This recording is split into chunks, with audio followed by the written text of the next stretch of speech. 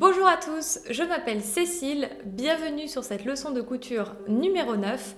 Aujourd'hui, on va apprendre à réaliser une couture anglaise. Donc la couture anglaise est une technique de couture très simple à réaliser et qui permet d'obtenir des résultats très propres sur un vêtement, aussi bien sur l'endroit que sur l'envers du vêtement. En lingerie, elle donnera un aspect délicat et haut de gamme à vos confections.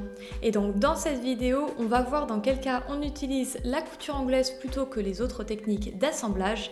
Et bien sûr, on va voir ensemble comment réaliser une couture anglaise. On utilise une couture anglaise lorsque l'on a besoin d'assembler deux tissus. La méthode classique pour assembler deux pièces, c'est de les positionner endroit contre endroit et de les piquer à 0,5 ou 1 cm du bord.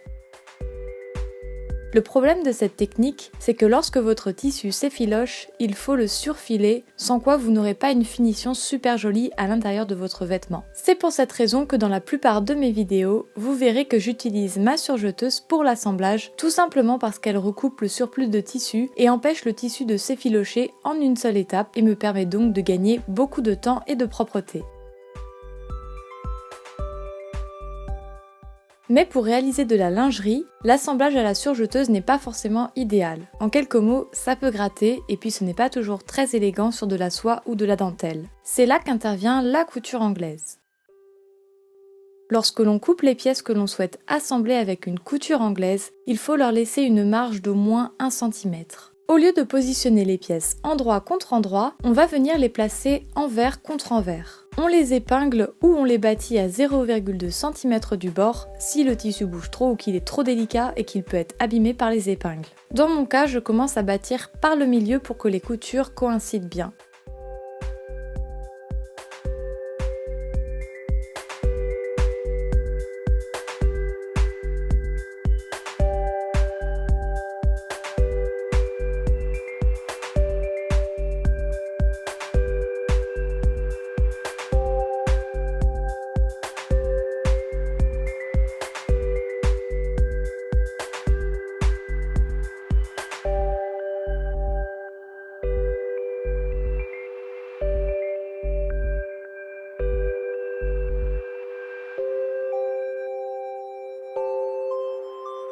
Ensuite, on va reporter un trait à l'aide de notre crayon à encre effaçable à 0,5 cm du bord, ce qui va nous aider à piquer de façon régulière par la suite.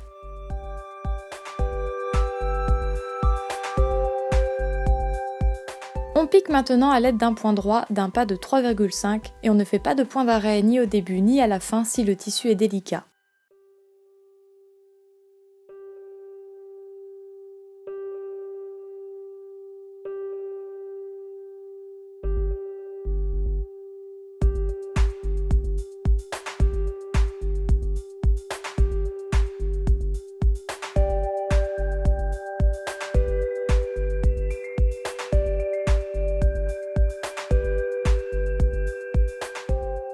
On arrête les coutures du début et de la fin à la main en faisant passer l'un des deux fils de l'autre côté avec une aiguille, de sorte que les deux fils se retrouvent du même côté et on les noue ensemble. On retire le fil de bâti et on coupe quelques millimètres pour dégarnir la couture que l'on vient d'effectuer.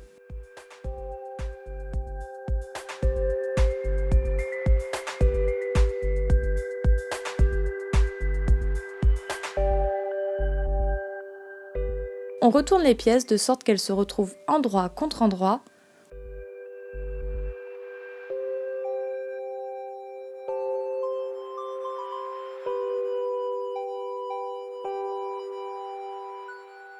On va une nouvelle fois épingler ou bâtir à 0,2 cm du bord.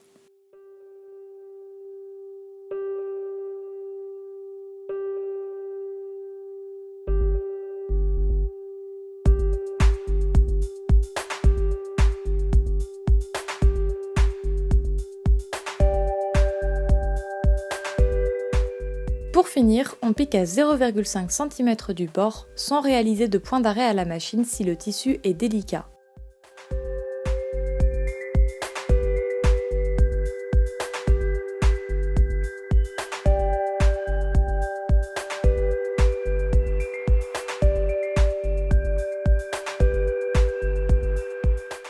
Il ne reste plus qu'à retirer le fil de bâti.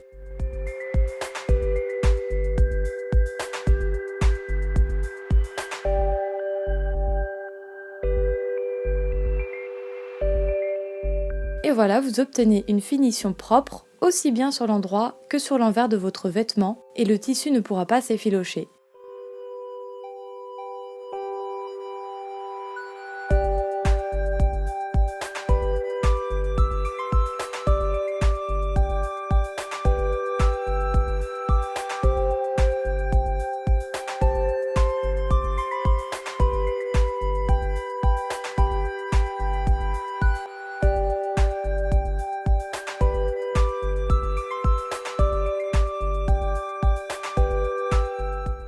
Vous savez désormais comment réaliser une couture anglaise. J'espère que ce tuto vous aura été utile. Si oui, vous pouvez liker la vidéo, la partager, vous abonner sans oublier d'activer la petite cloche pour recevoir une notification.